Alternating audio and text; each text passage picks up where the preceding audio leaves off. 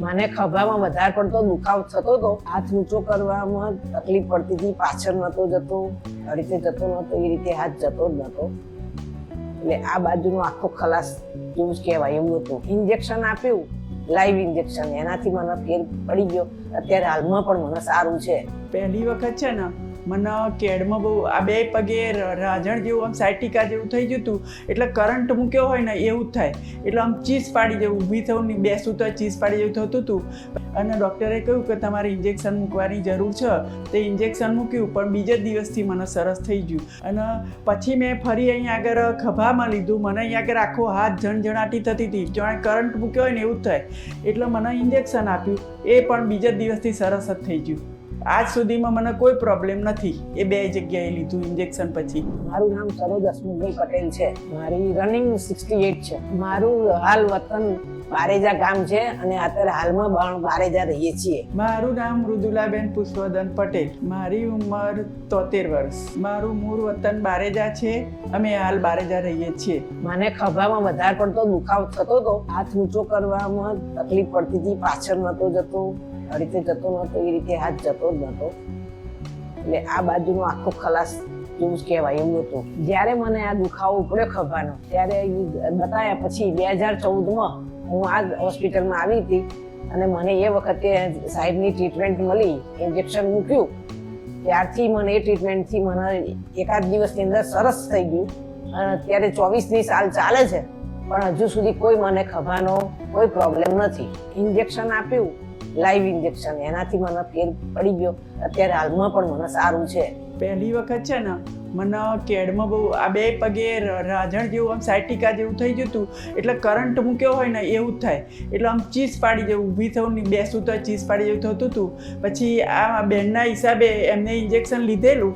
એટલે હું એમનીથી અહીં આગળ આવી અને મને ડૉક્ટરે કહ્યું કે એમઆરઆઈ કરાવી અને ડૉક્ટરે કહ્યું કે તમારે ઇન્જેક્શન મૂકવાની જરૂર છે.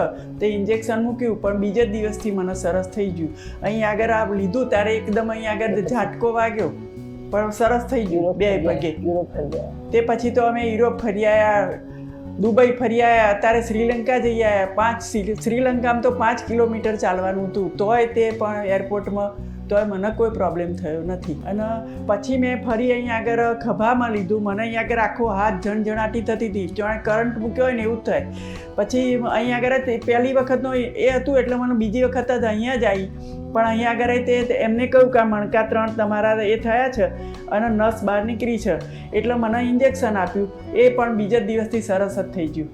આજ સુધીમાં મને કોઈ પ્રોબ્લેમ નથી એ બે જગ્યાએ લીધું ઇન્જેક્શન પછી. ઇન્જેક્શન મૂકે મારે 10 વર્ષ થયા, તો પણ મને કોઈ તકલીફ નથી, મને સારું છે. ઇન્જેક્શન મૂક્યા પછી મને બહુ જ સરસ થઈ ગયું. હું આખી યુરોપની 25 દિવસની ટૂર કરી આવી, પણ મને કોઈ પ્રોબ્લેમ નથી. મેં ગરદનમાં અને કમરમાં ઇન્જેક્શન મુકાયા પછી આજ દિન સુધી 2024 સાલ સુધી મને કોઈ પણ પ્રોબ્લેમ નથી થયો. હું બધા ફરીને આવી, ચાલવાનું હોય કે ગમે તે હોય, મને કોઈ પ્રોબ્લેમ નથી. ગરદનની હોય કે સ્પાઇનની હોય કે ફ્રોઝન શોલ્ડરની હોય કે ગાદીની હોય કે કોઈ પણ જાતની તકલીફ હોય, તો મારું તો રેફરન્સ આ ડૉક્ટર માટે જ છે, હિતેશભાઈ ડૉક્ટર માટે જ છે. જમણા હાથ સિવાય કશું કામ થતું નથી. અને મારા જમણા હાથમાં તે ફ્રોઝન શોલ્ડર હતો, જે ઇન્જેક્શન દ્વારા આજ સુધી કોઈ પ્રોબ્લેમ નથી. અને હર કોઈ કામ, ગમે તે કામ કરવાનું હોય, હાથ આગળ પાછળ કોઈ પણ જાતનું ઊંચું કરવું હોય કે આડું ગમે તે, તો મારાથી થઈ શકે છે, કોઈ જ પ્રોબ્લેમ નથી. મને હાથમાં કરંટ મૂક્યો હોય એટલો જ બધો ઝણઝણાટીનો દુખાવો થતો હતો, પણ તે ઇન્જેક્શન લીધા પછી મને કોઈ જ પ્રોબ્લેમ નથી. હું ઘરના બધા જ કામ કરી શકું છું સારી રીતે. કમરમાં પણ મને કોઈ જ પ્રોબ્લેમ નથી. હું 5 કિલોમીટર, અત્યારે હું શ્રીલંકા જઈને આવી 5 કિલોમીટર ચાલી, પણ મને કોઈ પ્રોબ્લેમ નથી. આજે હું મારા દેરાણી છે ગીતાબેન, એમને હું લઈને આવી છે. એના કમરમાં અને પગમાં દુખાવો થયો છે, તો આજે હું એમને લઈને અહીંયા આવી છું મારા રેફરન્સથી. મારો અભિપ્રાય છે કે સાયટિકા હોય તો હિતેશ પટેલ ડૉક્ટર લીવેલમાં અહીંયા આગળ મળવું, એમનાથી સરસ થઈ જાય છે. મારો એવો અભિપ્રાય છે. હું તો ઘણો હિતેશભાઈ સાહેબનો આભાર માનું છું કે મને આટલી ટ્રીટમેન્ટથી મને સારું થઈ ગયું છે અને હજુ સુધીની કોઈ તકલીફ નથી. એટલે હું એમનો ઘણો આભાર માનું છું.